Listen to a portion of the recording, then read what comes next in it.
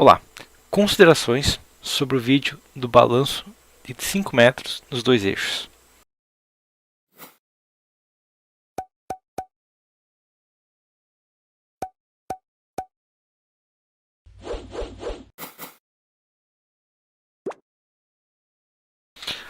Recentemente eu fiz um vídeo sobre balanço nos dois sentidos de 5 metros de uma garagem. Se você não assistiu esse vídeo, assiste lá e depois volta para esse, porque isso aqui é uma revisão de vários comentários que foram feitos no vídeo, beleza? Bom, então aqui está o balanço de dois sentidos, né? Esse foi o modelo estrutural que eu usei, correto? E alguns comentários apareceram, assim, alguns inclusive bem interessantes, né? Que seria interessante a gente dar uma analisada, ok? Bom, o primeiro comentário que foi feito foi o seguinte, ó. Tá, mas tem uma viga central de 50 e todas as outras vigas de 30. Não teria que ser feito todas as vigas de 50? Porque talvez, né, eu vou colocar todas as vigas de 50. Eu não recomendo que seja feito isso, por quê? Porque se a estrutura está resistindo dessa maneira aqui, e talvez essa maneira seja ideal, não necessariamente aumentar a inércia de outras peças de estrutura vai deixar ela mais econômica, ok? Ah, mas para fazer acabamento depois, tá? Qualquer coisa, um acabamento pode ser feito na altura da viga também. A questão principal aqui é o seguinte, ó, como a gente já tinha modelado, todos os pilares basicamente estão com 6 barras de 10 milímetros. Tá? Dá para ver claramente aqui, todos os pilares com 6 barras de 10 milímetros.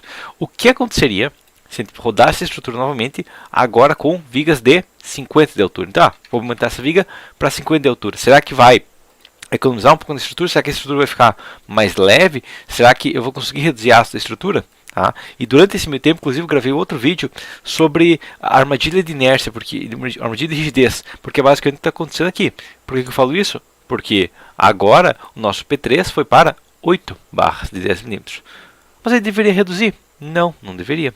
Tá? A questão aqui é o seguinte, basicamente, deixando essa viga mais inerte, ela está absorvendo mais carga. E tem um problema sobre essa viga, né? Claro, tem um problema grave nessa viga, porque ela é uma viga sobre viga sobre viga. Tá? Essa viga aqui não é o que eu deveria estar mandando esforços. Tá? Toda a carga que possível deveria vir para V103. Se eu colocar muita carga nessas outras vigas aqui, vai acontecer o quê? Que elas vão começar a sofrer um momento flutor, correto? A gente consegue claramente ver que agora começa a surgir alguns esforços aqui, pequenos, mas surge alguns esforços de momento flutor e gera momento flutor também nessa estrutura aqui. Então acaba aumentando a nossa taxa de aço. Não é basicamente aumentar a inércia para reduzir a taxa de aço, ok? Então esse é o primeiro problema. Por que eu não usei uma viga mais alta aqui? Porque apenas aumentaria a taxa de aço da estrutura. Tá? Se for questão de acabamento, um pilar com 8 barras 10 não é um absurdo. Tá? É uma taxa de aço de 1%, é uma taxa de aço normal para um pilar de 14 por 40, mas não é o que eu recomendei. Tá? Então essa é a primeira questão. Tá? Próxima questão. Alguns perguntaram, tá, e as cargas consideradas? As cargas consideradas foram basicamente as cargas que a gente tem na norma. Beleza? O que a gente tem na norma aqui é o seguinte. Bom, primeira coisa, forro de gesso acartonado, imaginando que vai ser feito o forro de gesso acartonado, nós temos uma carga de 0,25 kN, ou seja, 25 kg a força por metro quadrado, né? 1 kg dentro da gravidade terrestre, ok? Então, essa é a primeira questão. E como a gente está trabalhando com cobertura, certo? A gente consegue ver na NBR 6120 o que?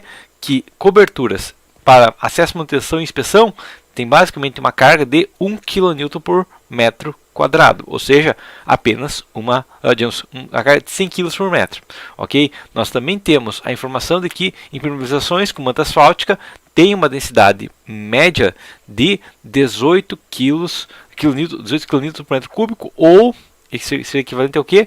Seria equivalente a 1,8 toneladas por metro cúbico, mas a gente sabe que a impermeabilização, na prática, se for pensar uma manta asfáltica simples, ela vai ter 0,3 centímetros. Então a gente teria uma carga de mais 0,1, tá? 0,3, 0,4 centímetros. Ok? Então, a gente tem uma sobrecarga de 100 kg por metro quadrado, 100 kg força por metro quadrado, né, porque é gravidade terrestre, e uma sobrecarga de 35 kg força por metro quadrado, que eu arredondei para 40 kg força por metro quadrado, se tiver uma instalação elétrica ou coisa assim, beleza? Então essas cargas consideradas não é nada absurdo de carga, tá? E é uma questão que sempre tem que analisar. É um erro muito comum que eu vejo muitos engenheiros cometendo, que é o quê? Eles vão modelar uma estrutura e eles colocam qualquer carga. Ah, essa aqui carga é configuração, vou passar reto. E coloca qualquer carga, e já tive obra que eu vi erros absurdos só porque o engenheiro passou reto na parte da carga e não analisou com cuidado ela, ok? Então pensei, deve ter uma carga lá de 0,2, 0,3, não. carga é essa, tá? Não tem mais nenhuma outra carga na estrutura, é isso aqui, pronto, tá? Não tem por que ter mais carga que isso, entendido? Então essa é a carga da estrutura, beleza? Próxima situação, é um comentário bem interessante que é o seguinte: o P2 está tracionado, correto? O P2 é um pilar que está tracionado.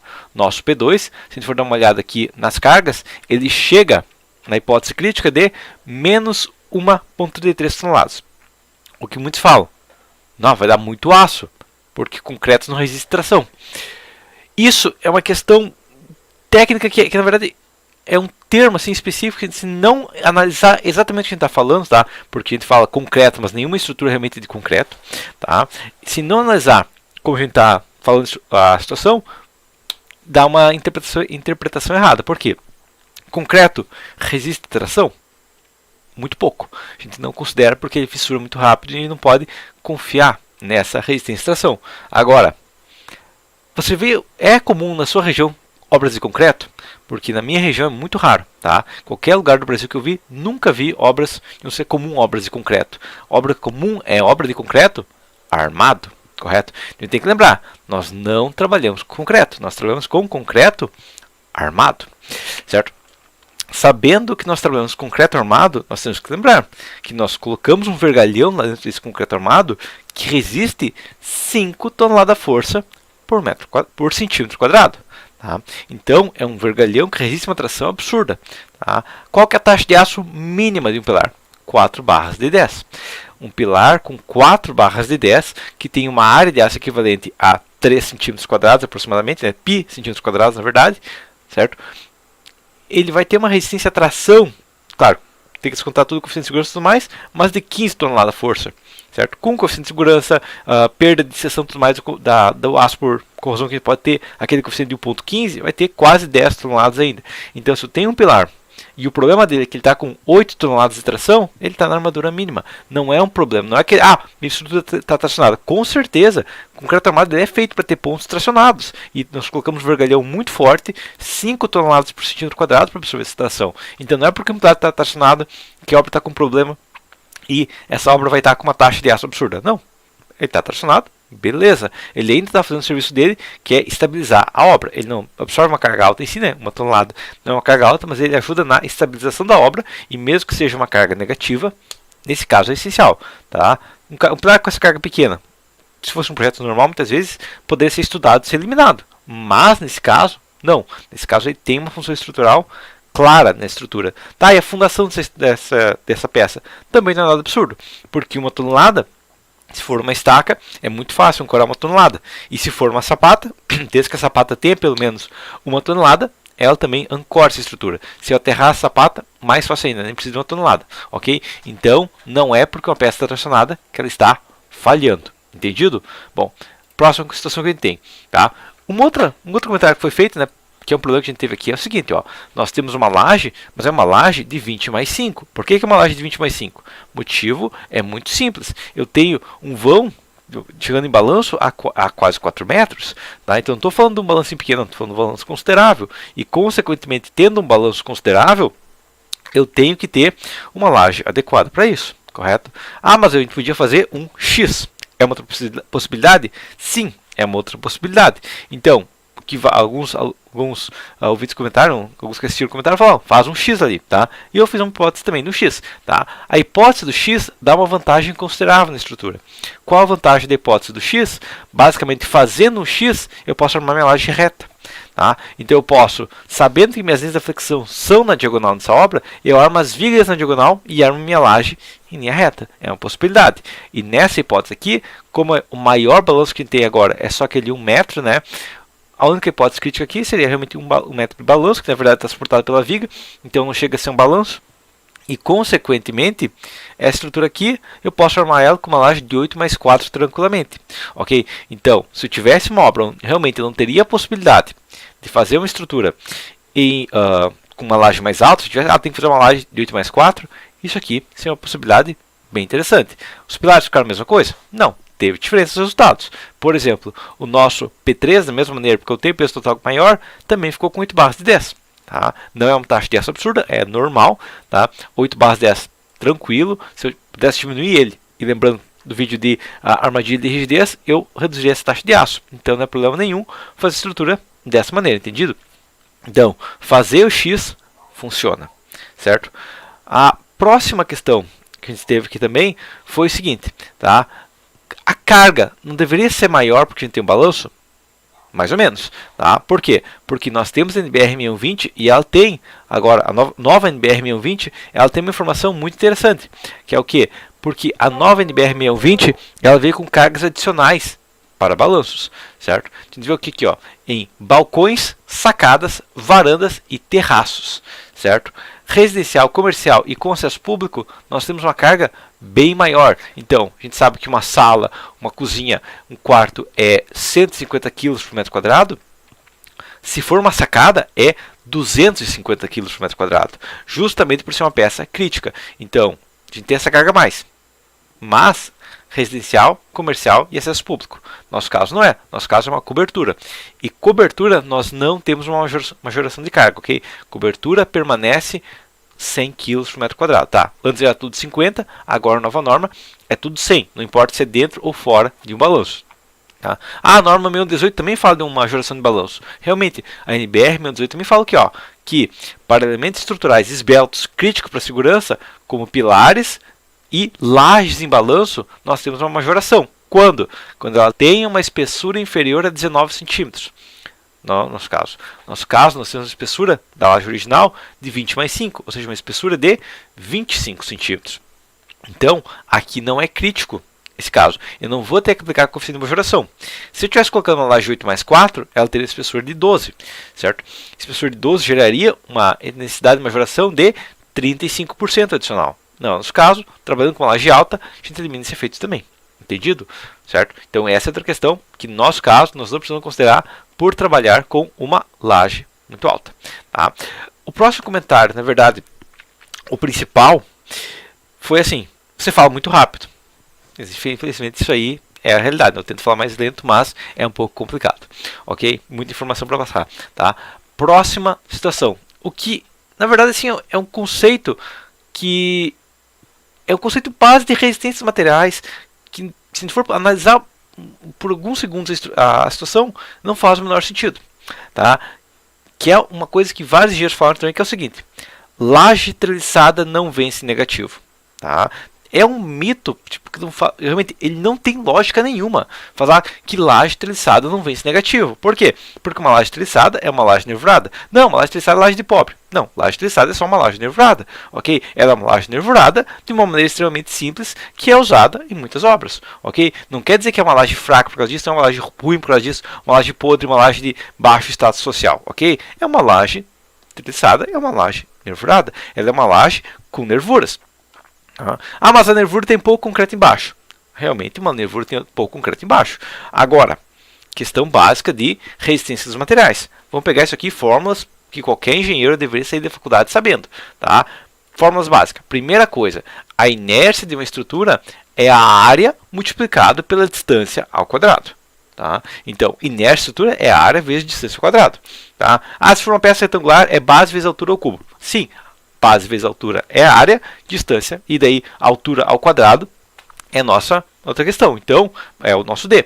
Tá? Então, o nosso D é o nosso H, correto? Sabendo isso, então, e sabendo também que se eu derivar a minha inércia, eu tenho meu W, que é a resistência da seção à flexão, eu tenho o quê? Eu tenho que, basicamente, derivando, eu mato esse quadrado. Ah, divide por 2 também, mas essa questão não importa. O que importa é as variáveis, ok? Então, a resistência de uma peça é área vezes D. D é a altura, então a resistência de uma laje, a flexão é a área multiplicada pela altura. Tá? Não é, meu Deus do céu, pós-graduação em... Não, isso aqui é conceito base de resistência a materiais. Tá? Não precisa fazer um mestrado, um doutorado em estruturas para saber isso aqui. Tá?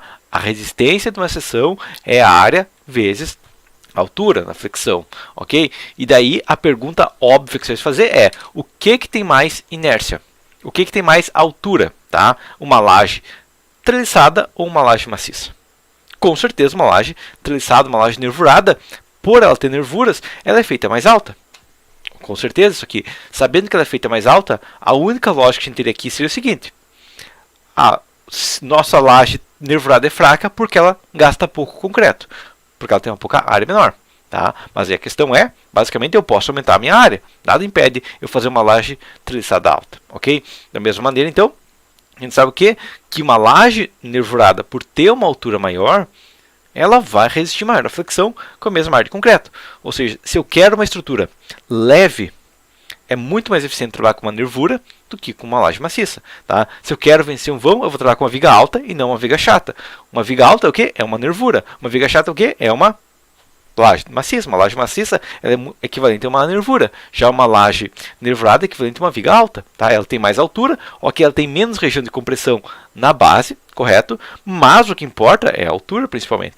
Tá? Se eu fizer uma laje com o dobro de altura e metade do concreto, eu estou tendo metade do peso e estou tendo a mesma resistência, ok? Então não é porque uma laje tem pouca região de compressão que ela é fraca, tá? Porque uma viga de 12 por 80 tem muito menos região de compressão do que uma viga de 25 por 40, mas nenhum engenheiro em sua consciência falaria que uma viga de 12 por 80 não resiste flexão porque ela só tem 12 de largura. Não, ela tem uma resistência de flexão bem considerável. Da mesma maneira, uma laje treliçada, uma laje nervurada tem uma resistência à flexão bem considerável, ok? Isso a gente tem que entender, que é conceito básico, resistência de materiais. Está aqui toda a fórmula básica, não tem nenhum segredo aqui, não é nada místico isso aqui. Laje treliçada pode sim, desde que é armado adequadamente, desde que feito continuidade, ou seja, desde que tem um engenheiro cuidando da obra e não fazendo maluquice, né? Sem problemas, uma laje nervurada, que é só uma laje treliçada, é parte dessa categoria, pode sim vencer balanços. Entendido isso aqui? Próxima situação, voltando para cá, a gente tem o que? Tá? Isso na verdade foi até uma situação bem estranha, tá? Mas uma questão que a gente tem aqui é o seguinte: essa estrutura aqui, eu fiz uma estrutura aqui e na verdade, realmente, isso aqui foi um erro meu, tá? Isso na verdade não foi outra pessoa que chegou a comentar, mas foi um erro assim que eu pensei, nossa, foi um erro meu, tá? Eu fiz errado aí, ensinei mal a estrutura. Por quê? Porque basicamente eu estou superdimensionando essa estrutura drasticamente. Como assim superdimensionando? Quer dizer que tá muito alta essa estrutura? Com certeza está muito alto. Por quê? Bom, porque toda essa estrutura aqui, quais são as flechas críticas nesse tipo de estrutura? Tá? Você vai falar, as flechas críticas, se eu pegar aqui, posso pegar a caixilha aqui que já aparece, tá? Mas a questão é, quais são as flechas críticas? Sempre que a gente for dimensionar uma estrutura, a gente tem que olhar todos esses limites aqui, ó, e olhar, encaixa no meu caso, sim ou não, tá? Então, acessibilidade sensorial, encaixa, beleza. Então, minha primeira flecha é L sobre 250, ok? Tá? Vibrações sentidas no piso, não encaixa, porque cobertura, não vai ter ocupação, então, a minha flecha continua sendo só L sobre 250. Superfície deve drenar água, ok, no meu caso, L sobre 250, então, vai chover, vai ter que drenar água, L sobre 250. Pavimentos que devem permanecer planos, não é o meu caso. Elementos que suportam equipamentos, não é o meu caso. Elementos não estruturais, alvenaria, caixilha, revestimento, divisória, caixilha telescópico, movimento lateral, movimento térmico aqui, nada se aplica na minha laje, ok?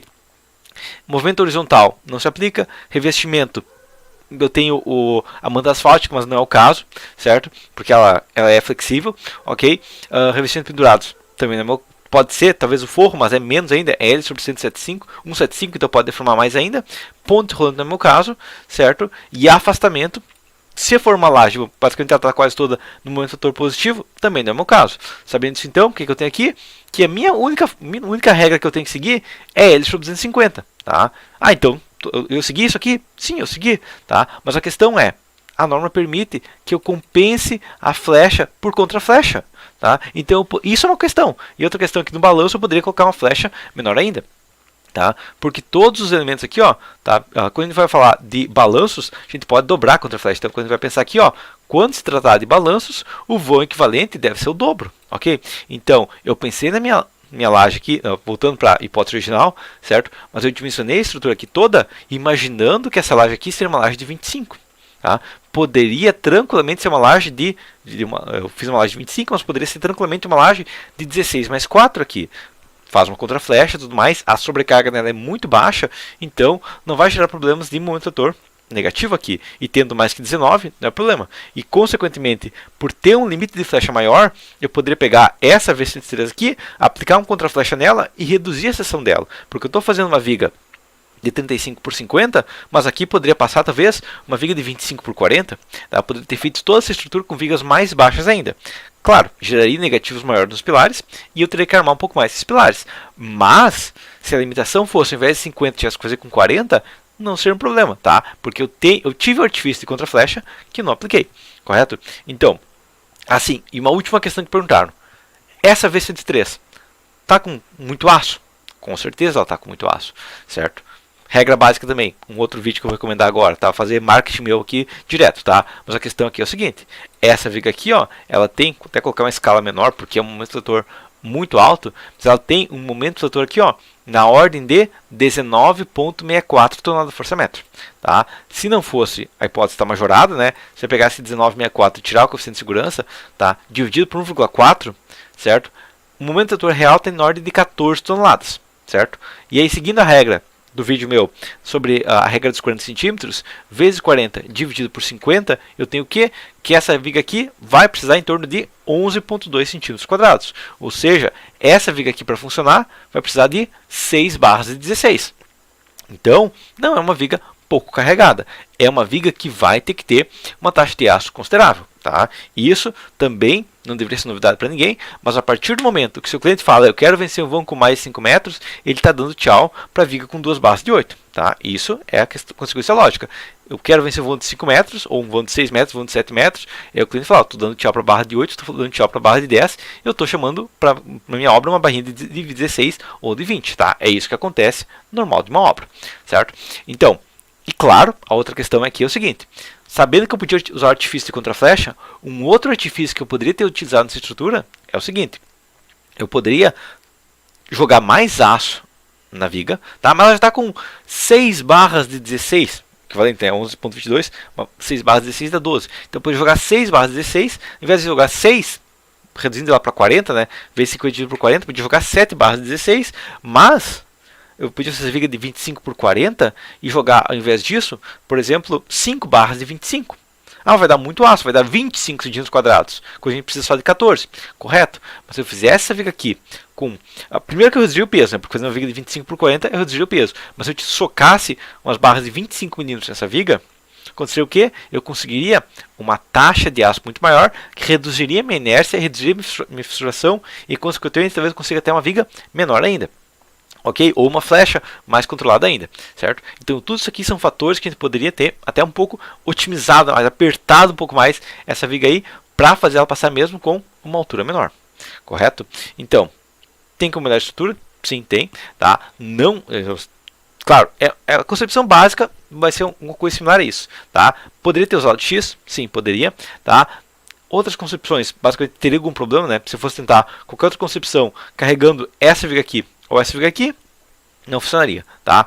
A regra principal dessa estrutura e o que salva essa estrutura realmente é a V103, tá? É essa viga na diagonal. Não existe nenhuma concepção aqui que funcionaria sem uma laje bidirecional ou uma viga na diagonal ou qualquer outra coisa ligando o P1 ou P3, que são os pilares essenciais da obra, beleza? Então, por enquanto, seria isso, tá? Analise muito bem a estrutura, tá? Tem como muitas vezes a gente achar até um pouco mais para apertar a estrutura, certo? Mas tudo isso aqui que eu falei, muitas vezes são os conceitos que a gente deveria sair da faculdade sabendo, que a gente aprendeu na faculdade, mas que muitas vezes que a gente pensa, mas tem pouco concreto na base, não resiste com flexão, é um erro básico aí, realmente não analisar criticamente a estrutura. Um erro de pensar só, tem pouco concreto, então tem pouca resistência à flexão, mas na verdade não, tá? Inclusive, se a gente for pensar na seguinte situação, uma laje nervurada, basicamente, 80% dela, na base, é ar, né? Ou isopor, no caso, certo? Ou, no melhor dos casos, cerâmica, tá? Mas 80% dela, ela não tem resistência nenhuma, tá? E como as pessoas pensam nessa, não tem resistência nenhuma, porque isso aí não é lógica de engenheiro, isso aí é lógica de um leigo, né? Porque um engenheiro vai pensar, bom, eu ainda tenho 20%. 20% pode parecer pouco, dependendo do caso é muito. Por exemplo, você está numa loja, ou no mercado e tudo mais, e entra 5... homens mascarados, certo? E declaram um assalto. Se 80% deles estão desarmados, você está correndo risco de vida?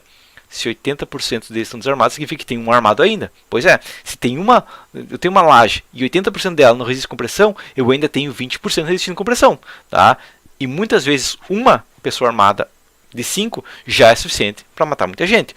Muitas vezes uma 10 centímetros a cada 50 resistindo à compressão já é suficiente para matar muito trator, ok? Então basicamente seria isso. Até a próxima.